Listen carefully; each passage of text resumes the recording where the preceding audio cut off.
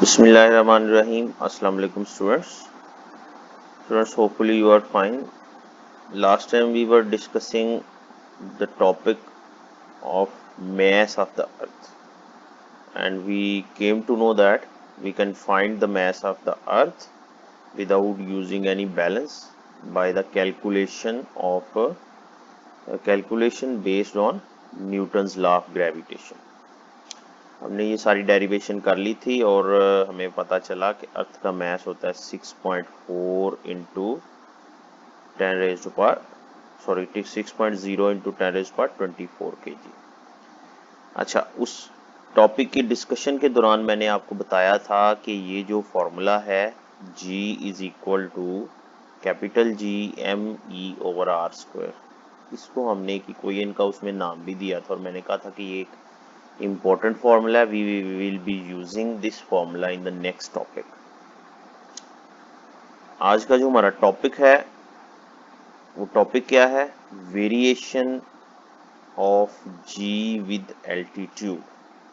ये जो G यहाँ पे लिखा है दिस इज स्मॉल g, ये बुक में एरर है, आपने इसको ठीक कर लेना। आपकी बुक में भी डेफिनेटली होगी ये स्मॉल g ग्रेविटेशनल एक्सेलरेशन की बात हो रही है, एक्सेलरेशन ड्यू टू ग्रेविटी जो है। हमने देखना है कि एल्टीट्यूड के साथ उसकी वैल्यू में क्या चेंज आता है। तो सबसे पहले एल्टीट्यूड क्या होता है? एल्टीट्यूड की डेफिनेशन देखें। This is the definition of altitude.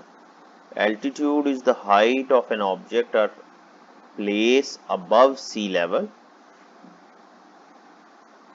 This is its definition. Altitude क्या है? किसी भी ऑब्जेक्ट या प्लेस की सी लेवल से जो हाइट होती है उसको हम कहते हैं एल्टीट्यूड।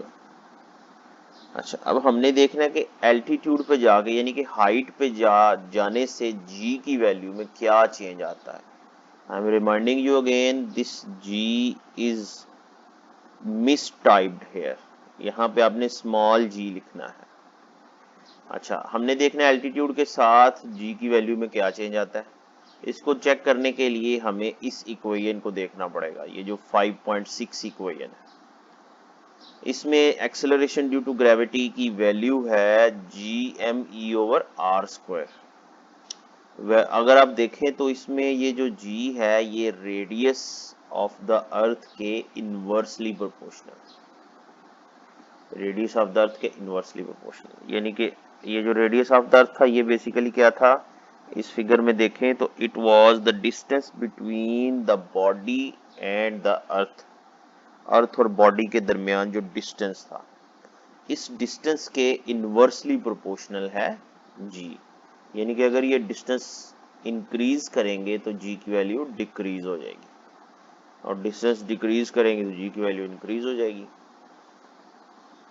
अब इस केस में मास ऑफ अर्थ में ऑब्जेक्ट जो है वो that was placed on the surface of the earth.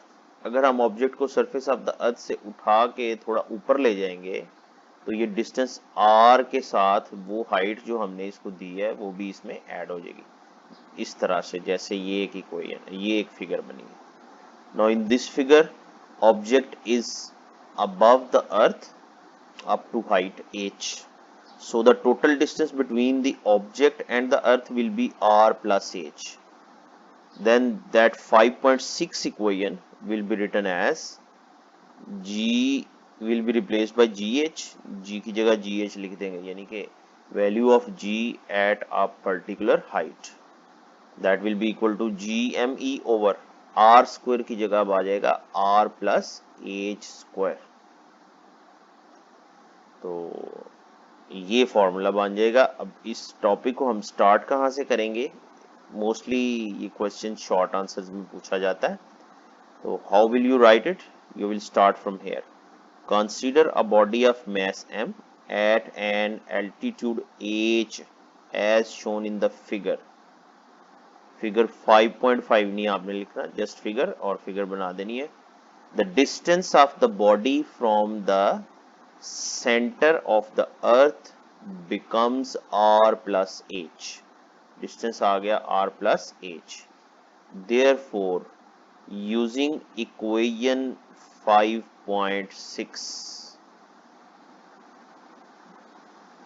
5.6 equation कौन सी है जो ऊपर हमने मैथ्स ऑफ अर्थ में पढ़ी है, ये वाली इक्वेशन। तो आपने ये इक्वेशन यहाँ पे लिख देनी, 5.6 की जगह पे आप लिखेंगे using the equation G is equal to GME/R। 5.6 की जगह पे हम वो इक्वेशन मेंशन कर देंगे। We get this is the equation, ये हमें इक्वेशन मिल जाती है। अब इस इक्वेशन की बेस पे हम जो है वो आगे बताएंगे बात, और वो बात क्या बताएंगे, according to above equation we come to know that. इतना लिखने के बाद आपने क्या लिखना है, value of G decreases with the altitude.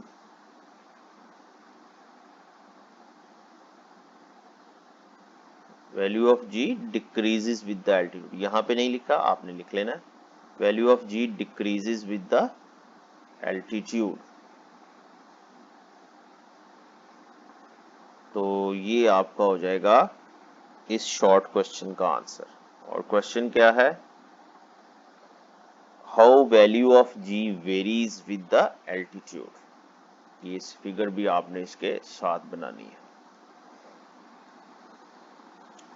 Now this portion can also be asked as a short question.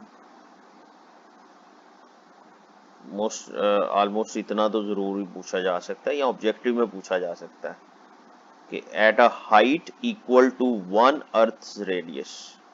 कहता है अगर ऑब्जेक्ट को उतना ही ऊंचा ले जाएं जितना अर्थ का रेडियस है, जितनी ये वैल्यू है उतनी ही हाइट ले लें, at a height equal to 1 earth's radius above the surface of the earth G becomes 1/4 of its original value on the earth. तो G की वैल्यू जो है वो अर्थ के ऊपर जो वैल्यू है उसका 1/4 हो जाती है। ये एक न्यूमेरिकल भी है, 5.8 वाला न्यूमेरिकल है, उसमें हम ये प्रूव भी करेंगे। प्रूफ मैं आपको इसका इसके लिए नहीं करा रहा कि न्यूमेरिकल में हमने जो है वो करना है। तो ये ऑब्जेक्टिव में आपको पूछा जा सकता है कि अगर if the object is above the earth equal to its radius then what can be the value of G। तो value of G will be 1/4 of its value on the earth. Earth पे जितनी भी value है उसका 1/4 हो जाएगी। अर्थ पे value 10 metre पर सेकंड स्क्वायर है तो उसका 1/4 हो जाएगी। होपफुली बेटा आपको इस टॉपिक की समझ आ गई है। If you have any confusion you may ask me. Thank you. Allah Hafiz.